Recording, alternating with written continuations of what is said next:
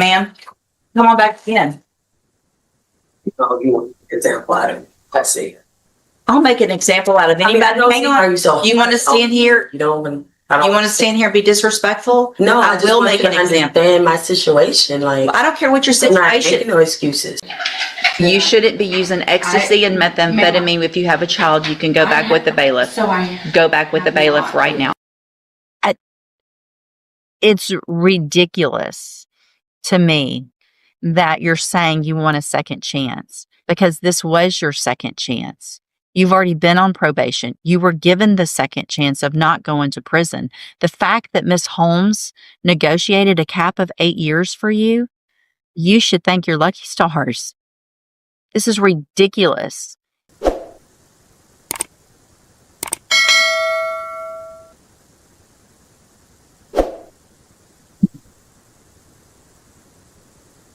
Good morning, ma'am. Are you Brittany Davis? Good morning, yes. And Miss Davis, did you get someone hired? No, it's kind of expensive, but really expensive. I'm not even working right now. But I went through. Who'd you talk to? The legal aid. I put in an application for legal aid.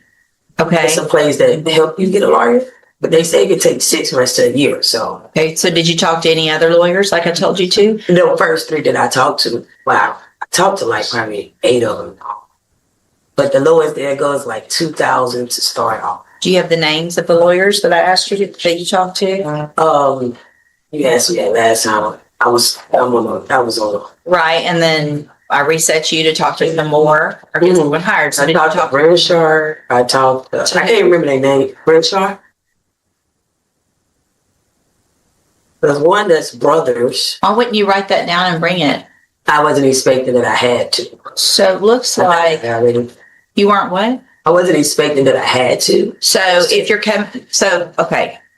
If I tell you to go talk to some lawyers and bring me the names of the lawyers you've talked to, and you don't think you can remember them, then I would think just common sense would tell you to write them down so that you could tell me that you did what I ordered you to do so that you wouldn't go back to jail. Right? I did do what you ordered me to do. Okay. So I ordered you to bring back the names as well, not just talk to them, but bring back who you talked to so that I know who you talked to and that you're doing what I asked you to do. Right? Right. The cheapest ones that I've given you the last time I was here is the main ones that I was looking into. Okay. But when you left last time, I gave you specific instructions. Okay. Right? Right. Okay. So are you wearing your drug patch? Yes, ma'am. So it looks like back on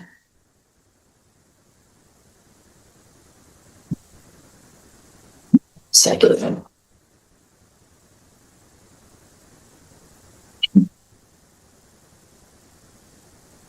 So you tested positive since you've had that drug patch on for methamphetamine.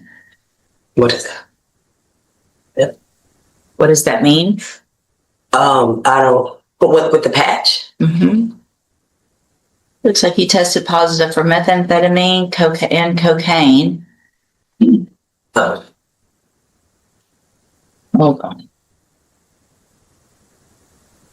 Let me print it out so I can read it better.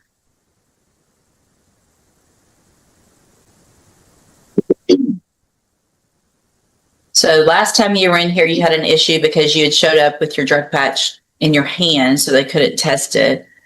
So I tested you in court, and then I made you get the drug patch put on again and told you to keep it on. And then the drug patch that was put on January 25th, which was the day before that court date. So you had one on, you had taken it in, you put it on, tested positive for methamphetamine and cocaine. Have a seat in the jury box. I'm going to have you tested this morning, and then I'll decide what to do.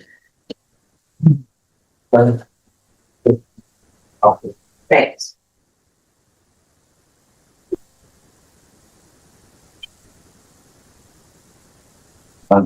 Actually, come on, ma'am. Come on back up here. I know what I'm going to do. So, Ms. Davis, obviously it is a violation of your bond conditions to use any illegal substances, right? And so you tested positive for cocaine and methamphetamine on that drug patch. in addition to in the past not having it on correctly, and you didn't do what I asked you to do or ordered you to do also here. So I'm going to raise your bond at this time for those violations to $100,000. You will keep your court-appointed attorney while you're in custody. They'll be out to see you, and we'll just see what we do with your case at that point. You can go back with the bailiff. Wow. Ma'am, come on back in. Oh, you want an example out of it? Let's see. I'll make an example out of anybody. Hang on. You want to stand here? You don't want. You want to stand here and be disrespectful? No, I will make an example. Understand my situation, like I don't care what your I'm not situation. making no excuses. Okay. I take accountability. Right. So you tested positive for methamphetamine and cocaine. I don't know how to patch work, ma'am. I haven't been doing any drugs. Well, you did something. I don't know if that's like the patch pick up sweat. I don't know if that's like after the process or what, but I haven't been doing anything. All right. Go back with the bailiff. Good morning. Are you Melissa Taylor? Yes, ma'am. What do you have on your? Oh, this is my son, Brandon Taylor. Why'd you wear that this morning? Because he's my entire world and he's messing me very hard. Okay. Miss Taylor, this is your initial. No, you were here before. Did you get someone hired? Ma'am? Did you get someone hired? No, I have contacted the 4 different attorneys. I have the printout paperwork. I got all the information. They're extremely expensive. I'm not going to get the funds gathered for that. Who'd you talk to? I spoke to down Where? a month ago. Where'd you? Right in the phone. Okay. Did you talk to some more since that last court date? The last hearings. You asked, you instructed me to get 3 quotes. That was what I did. I can get that turned into you after, Okay. If I test you this morning, you can have anything in your system? Have a seat in the jury box. We're going to text. Ms. Taylor, you tested positive for amphetamines, methamphetamines, and ecstasy. And so at this time, I'm going to find that that is a violation, obviously, of your bond conditions. And I'm going to raise your bond in your case to $100,000. Well, let me look at it real quick. I'm going to, let's see. In one of your cases, you're charged with assault on a peace officer, the other credit or debit card abuse. In each of those cases, I'm raising your bond to $100,000 in each case. Okay. If you make the bonds in those cases, you are ordered to wear a drug patch at all time, get it tested at the appropriate times, and then we will move forward with your case. can I ask a question, please? Am I about to be arrested? Yeah, you're going into custody right now. Okay, I have a child. You shouldn't be using ecstasy and methamphetamine. If you have a child, you can go back with the bailiff. So Go back with the bailiff right now. Go back with the bailiff. Go with the bailiff. Okay, so Ms. Dugas is on probation for the offense of robbery, a second-degree felony. We were previously here, and she entered pleas of true to counts 1 through 12, all of the counts in that motion, second amended motion to revoke unadjudicated probation. I received the updated pre-sentence report as well as a letter from Ms. Dugas. Has everyone had an opportunity to review that? Are there any additions or corrections? None from the defense, Your Honor. No. All right, and this was unagreed, correct? Ms. Holmes, you may proceed. Thank you, Your Honor. I've spoken with Ms. Dugas. Obviously, the various new offenses and violations is not acceptable through probation. She understands that. She stated that throughout this time, she did not have much support. She was going through a hard time in life, and she resorted to doing and committing these offenses, not being in obviously the right state of mind to be able to successfully complete probation. Ultimately, Ms. Dugas is requesting to have the opportunity to be reinstated to complete probation, and she would like to address the court in regards to this as to her plan of how she can successfully complete if given the opportunity. Okay, go ahead. Ms. West.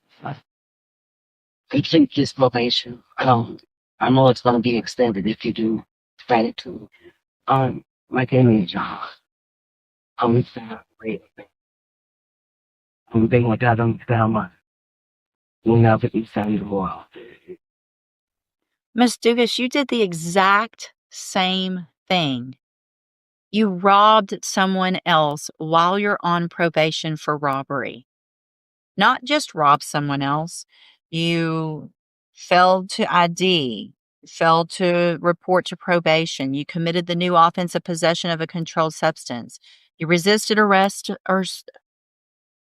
I- it's ridiculous to me that you're saying you want a second chance because this was your second chance.